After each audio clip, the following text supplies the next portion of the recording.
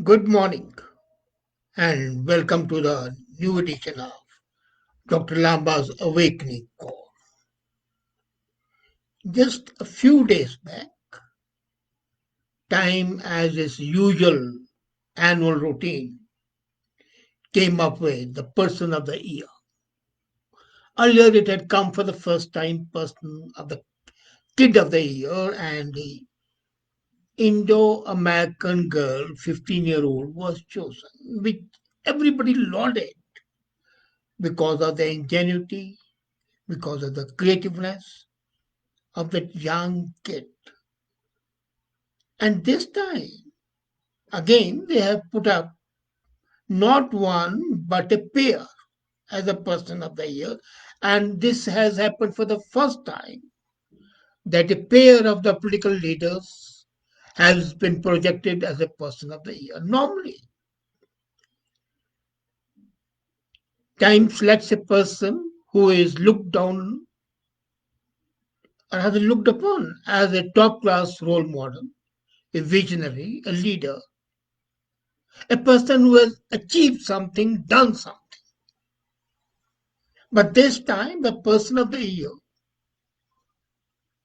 is more of an embarrassment because they have projected a couple, not married, but a couple as far as the colleagues are concerned, who have yet to show their mettle. Maybe they'll be great. I don't deny it. Who knows?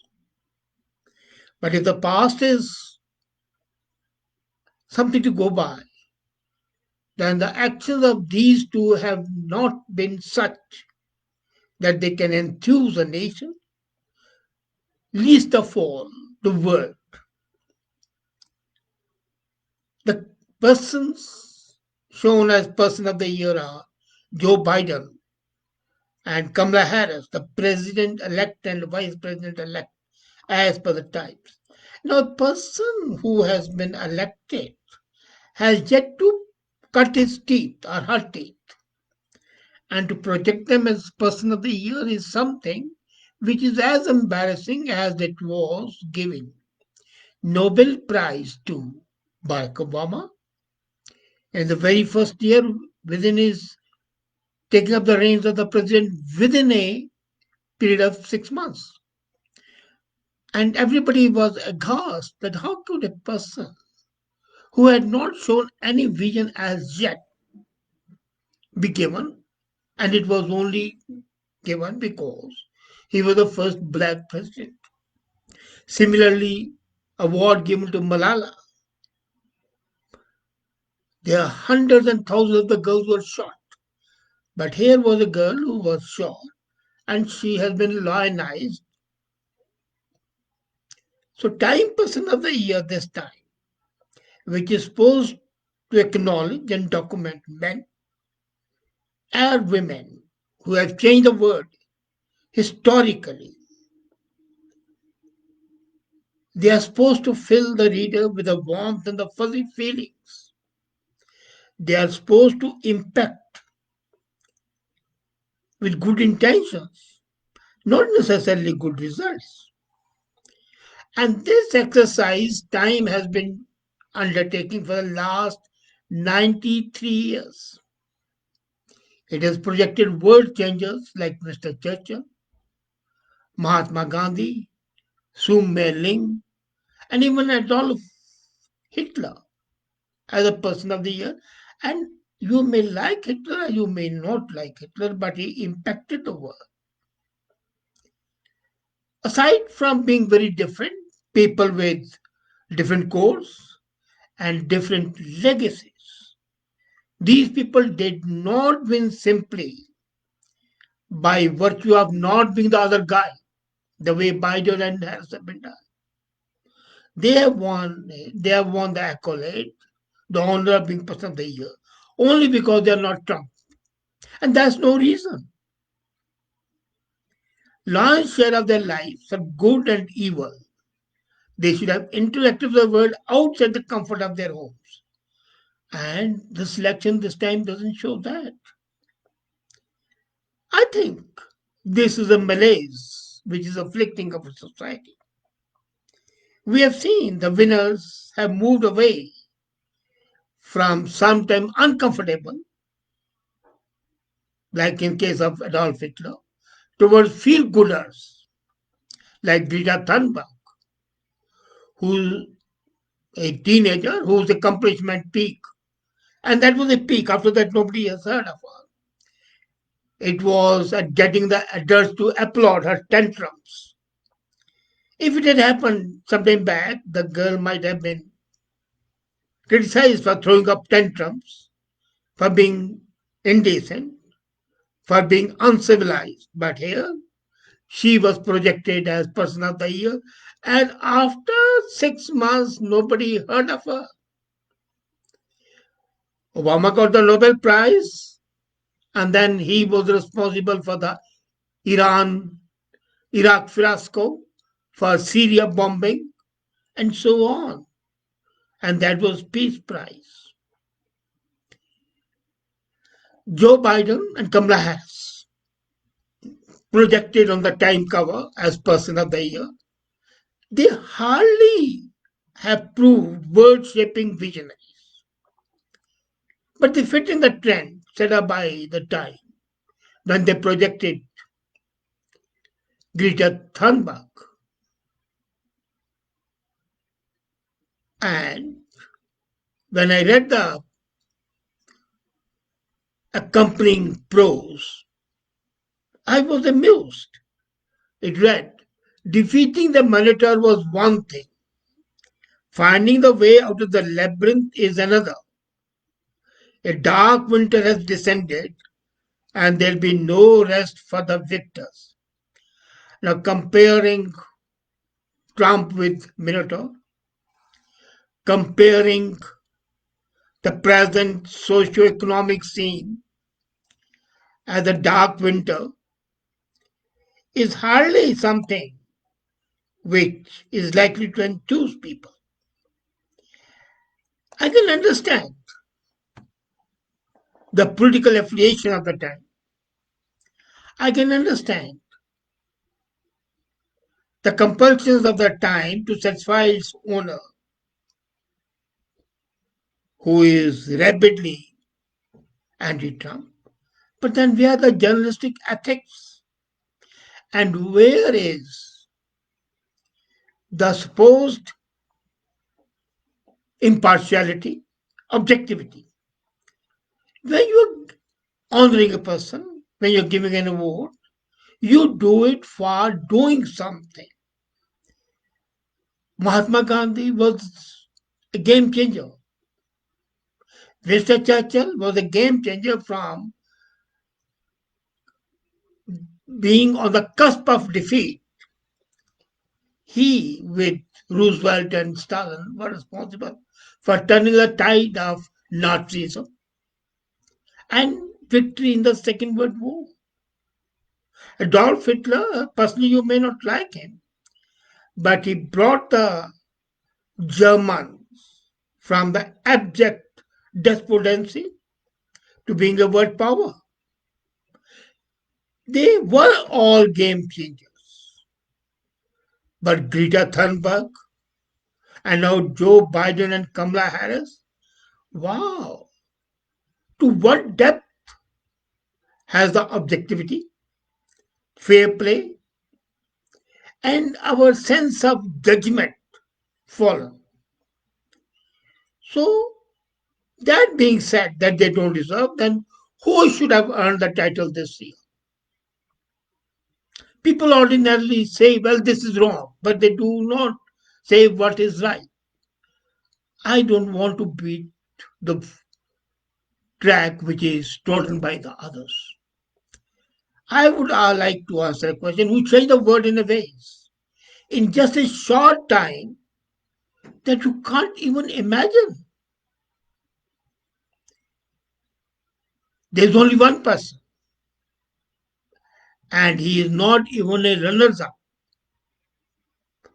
The runners up are Anthony Fauci, the doctor who was spokesperson for Trump regime, rebel spokesperson.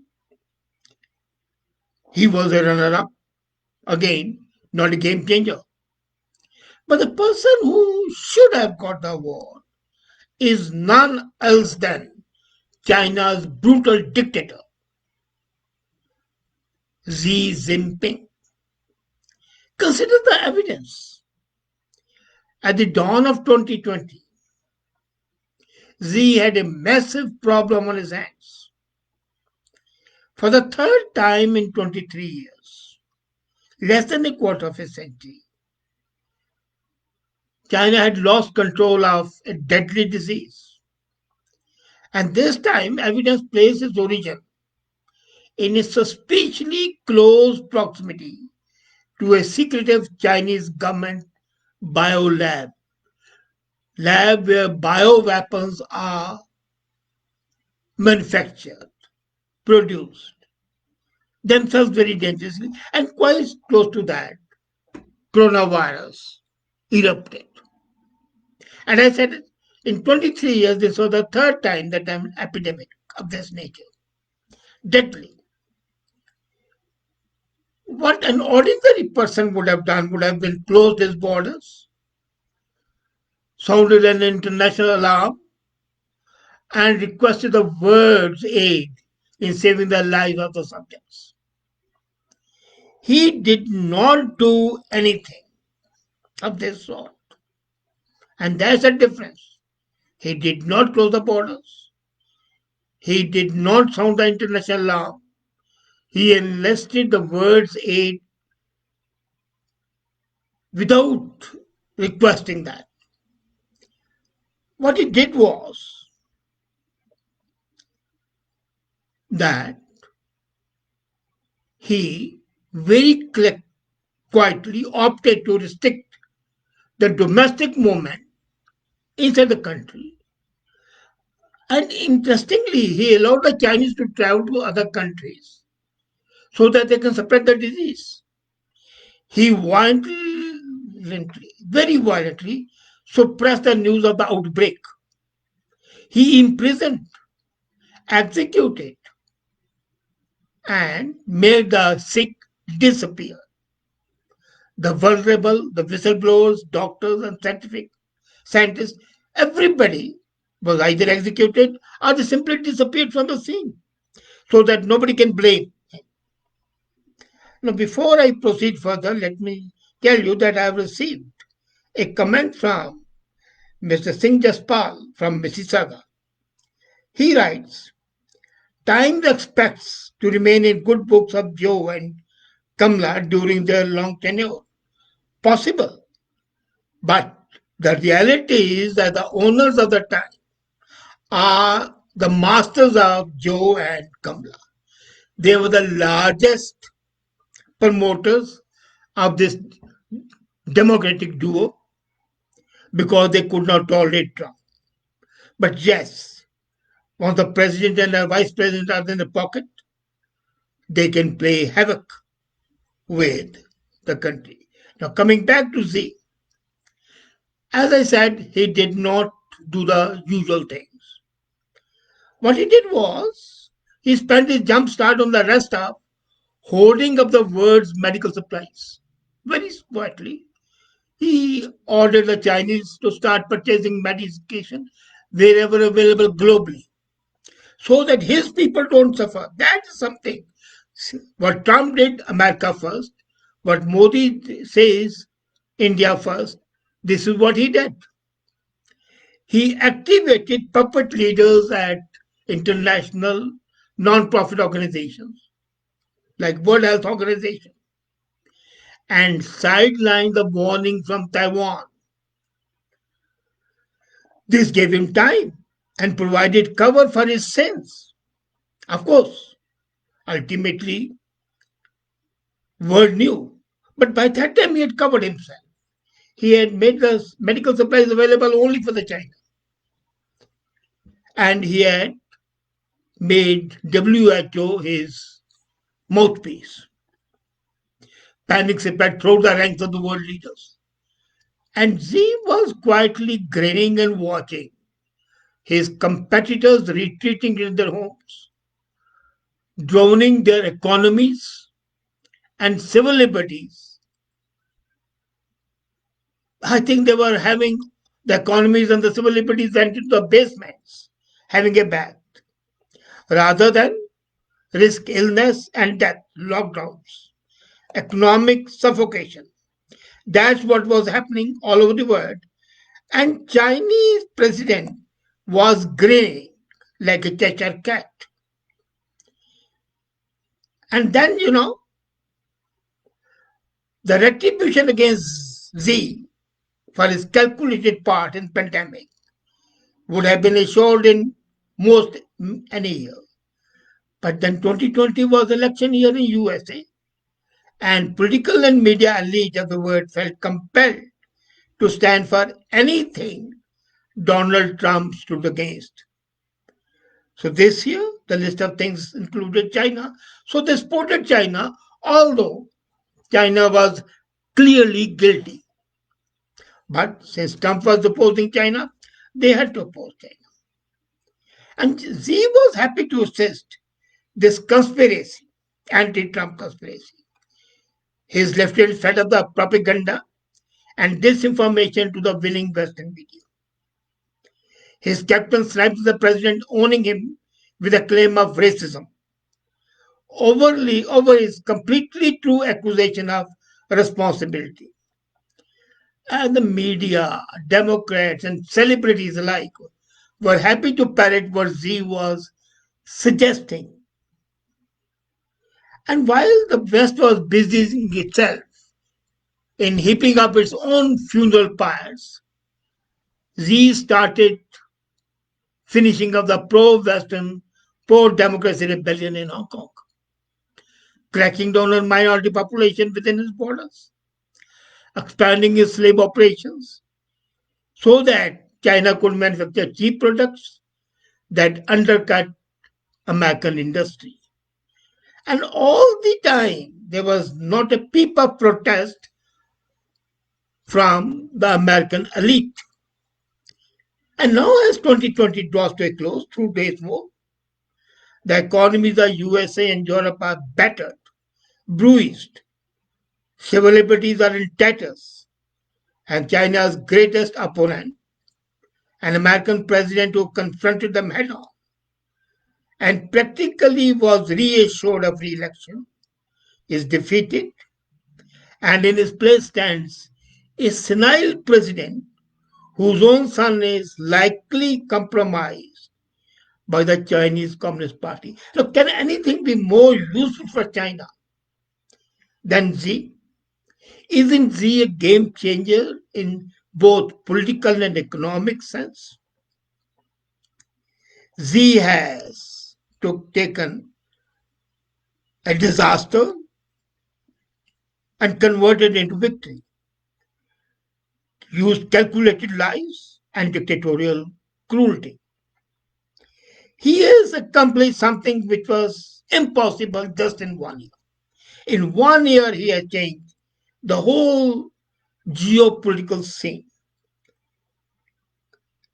And he is not content to abide the enemies and concentrate on the naval fuzzies. The Western elite won't name him the person of the year. And yet, they envy him, they respect him, and they sometimes marvel that isn't he an alter ego, a refined alter ego of Hitler, Mussolini combined, maybe. But coming back to the original thing, if you look at the record of Z, he is the sole person this year who deserved to be on the cover of Time. He is the sole international leader, a global leader, who changed the very game, brought his enemies to economic disaster, political uncertainty, smashed the bottom out of democratic pretensions, pro democracy pretensions, made a clear case for dictatorial tendencies, and might be that his attitude is copied by the other leaders And the next revolution might be establishment and dictatorship all over the world. The way democracy was the favorite jargon, maybe dictatorship would be the next jargon. So he's a game changer. Joe and Kamala do not deserve to be man of the year. If anybody does, it is President Z. Don't you think so? Thank you.